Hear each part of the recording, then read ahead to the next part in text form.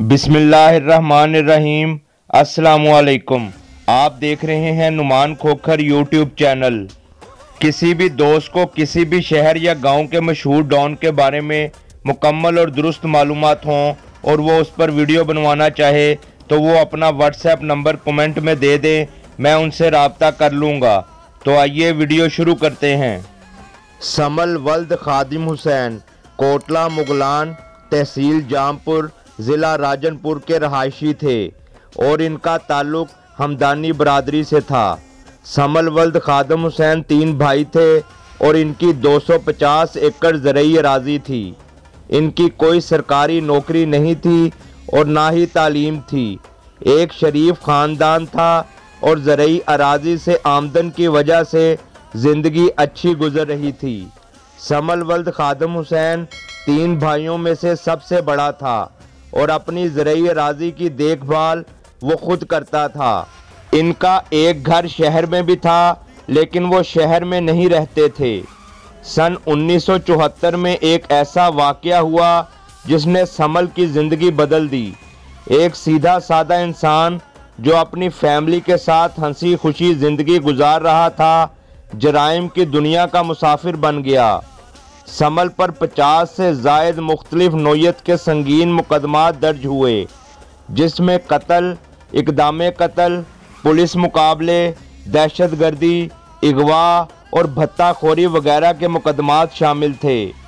इन मुकदमात में 7 मुकदमात 302 के थे और हुकूमत की तरफ से इसके सर का इनाम भी मुकर्रर किया गया था। इस दर्दनाक दास्तान का आगाज़ सन 1974 में हुआ। समल वल्द खादिम हुसैन की ज़रई अराज़ी और डेरे से दरियाए सिंध 3 किलोमीटर दूर था। जब सैलाब आया तो बहुत तबाही मची। समल वल्द खादिम हुसैन की ज़रई अराज़ी और डेरा भी इसकी जद में आ गए थे।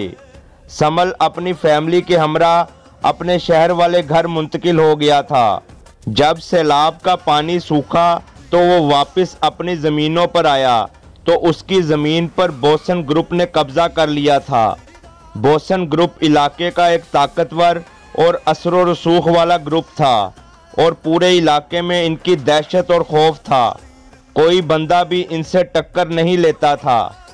समल वल्द खादिम हुसैन इस वजह से बहुत परेशान हुआ और वो इलाके के मोअज़्ज़ीन से मिला कि उसकी ज़मीन वापस दिलवाई जाए, मगर किसी भी तरह बात ना बन सकी। फिर समल वल्द खादिम हुसैन उस वक्त के एमएनए मिर्ज़ा अब्दुल्ला के पास गया और उनको सारा माजरा सुनाया। एमएनए मिर्ज़ा अब्दुल्ला ने समल को तसल्ली दी और कहा कि वो बोसन ग्रुप से बात करते हैं। फिर MNA Mirza Abdullah boson group से मिले और उन्हें कहा कि समल वल्द खादिम हुसैन की ज़मीन वापस कर दें, मगर फिर भी बात ना बन सकी।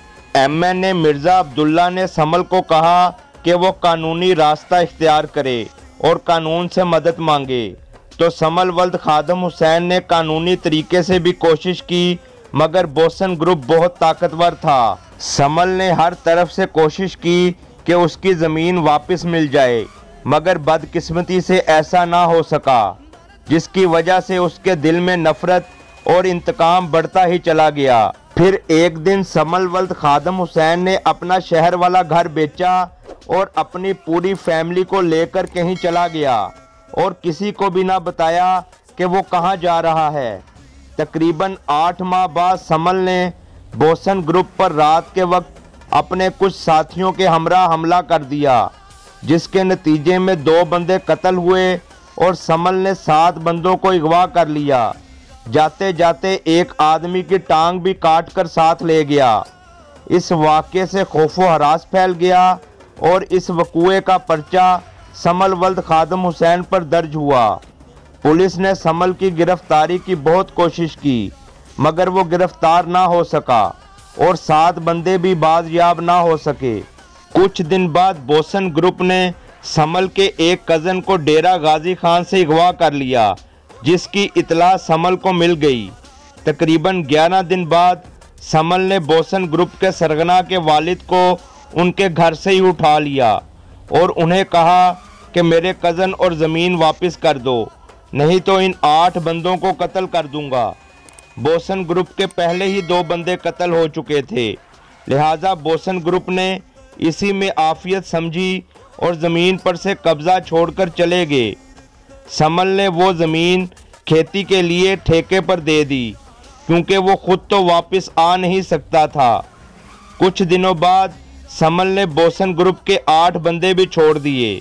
पुलिस मुसलसल समल की तलाश में थी।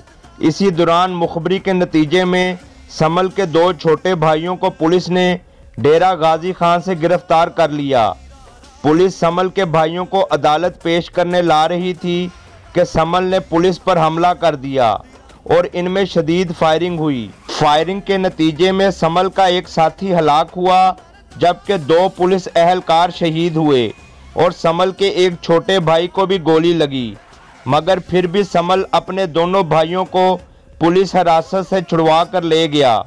इसके बाद भी समल के 4 पुलिस मुकाबले हुए। सन 1983 में पुलिस ने समल के सर का इनाम मुकर्रर कर दिया और इसको पकड़ने के लिए बड़े पैमाने पर मंसूबाबंदी की गई, मगर वो फिर भी गिरफ्तार ना हो सका।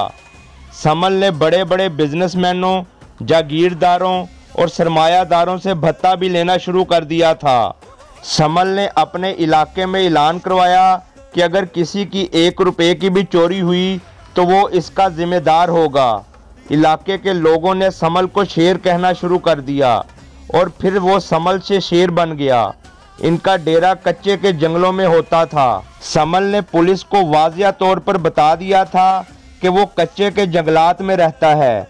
ये वही कच्चे का इलाका था जो छोटू गैंग के हवाले से मशहूर था, जहां आर्मी ने छोटू गैंग के हवाले से ऑपरेशन किया था। यह जंगल वसी पैमाने पर फैला हुआ है। पुलिस ने बड़ी कोशिश की, मगर समल को गिरफ्तार न कर सकी। जहां समल पुलिस के लिए सरदर्द था, वहां पर ही वो गरीबों के लिए मसीहा था। एक मर्तबा पाकिस्तान की सियासत का एक बड़ा नाम, जो बाद में पाकिस्तान के सदर भी रहे, उनकी गाड़ी उनके फार्म हाउस से चोरी हो गई। बहुत तलाश की गई मगर ना मिल सकी, तो उन्होंने समल को पैगाम भेजा कि मेरी इज्जत का सवाल है, मेरी गाड़ी ढूंढ निकालो। जिसके बाद समल ने कुछ दिनों में ही गाड़ी ढूंढ निकाली और चोर समेत उनके हवाले कर दी।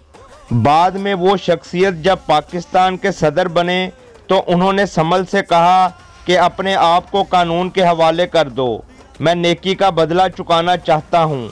जिस पर समल ने अपने आप को कानून के हवाले कर दिया, तो उन्होंने बोसन ग्रुप से समल के बयान करवा दिए और अल्लाह का मौजज़ा हुआ कि समल कुछ साल बाद रिहा होकर घर आ गया।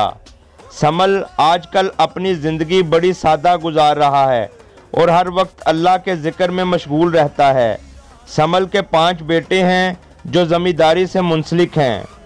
अल्लाह ताला हम सबको नेकी की हदायत और अच्छे कामों की तौफीक दे और बुरे कामों से बचाए, आमीन। चुदराहट, ताकत का नशा, सियासी अदावतें, ख़ानदानी रंजिशें और अना ऐसे अनासर हैं जो इंसान से उसकी समझ बूझ छीन लेते हैं। इंसान की अना वो चीज़ है जिससे वो बड़ी से बड़ी दुश्मनी में भी कूद पड़ता है। वो ये चीज़ भूल जाता है कि उसकी अना उसकी आने वाली नस्लों को किस अजाब में मुब्तला कर देंगी। ये दुश्मनियाँ जिसमें कई कई अफराद कत्ल हो जाते हैं, बाद में उनके ख़ानदानों का जो हाल होता है, ये सिर्फ वही जान सकते हैं जो इसमें से गुजरते हैं। अपने प्यारों को खोने का दुख सिर्फ वही समझ सकते हैं जो अपने प्यारों को खोते हैं। जुर्म की दुनिया किसी को माफ़ नहीं करती, इसीलिए आजिज़ी और दरगुजर का हुक्म दिया गया है और इसी वजह से गुस्सा हराम करार दिया गया है। हमें अपने अंदर बर्दाश्त पैदा करनी चाहिए और ऐसी बातों से इज्तनाब करना चाहिए जो किसी भी दुश्मनी का बायस बने। मेरा मकसद नौजवान नस्ल को जुर्म की दुनिया से बचाना है, जिसमें वापसी का रास्ता नहीं होता और जिल्लत और रुसवाई ही उसका मुकद्दर बनती है। हमारा मुआशरा ऐसी बेशुमार दर्द भरी दास्तानों से भरा पड़ा है, जिसमें दुश्मनियों की वजह से ख़ानदानों के ख़ानदान उजड़ चुके हैं, जिनमें बहुत से लोग कत्ल, जबकि कातलों से जेलें भरी पड़ी हैं। कत्ल को एक लम्हे का पागलपन करार दिया गया है। कत्ल के पीछे नफ्सियाती अवामिल भी हो सकते हैं और किसी खित्ते की रवायात भी। इस एक लम्हे के पीछे कोई हादसा, वाकया या कोई और ही ड्रामा होता है जिसके असरात अंदर ही अंदर काम कर रहे होते हैं। ज़िंदगी एक बार मिलती है, लिहाजा अच्छी और शराफत भरी ज़िंदगी गुजारनी चाहिए और दूसरों के काम आने की कोशिश करनी चाहिए। उम्मीद करता हूँ आपको वीडियो अच्छी लगी होगी। मेरा channel Numan Khokhar subscribe, like और शेयर करना ना भूलें और बेल का बटन ज़रूर दबाएं ताकि आपको नई आने वाली वीडियोज़ मिलती रहें। इसके साथ ही मुझे इजाज़त दें। अल्लाह हाफिज़।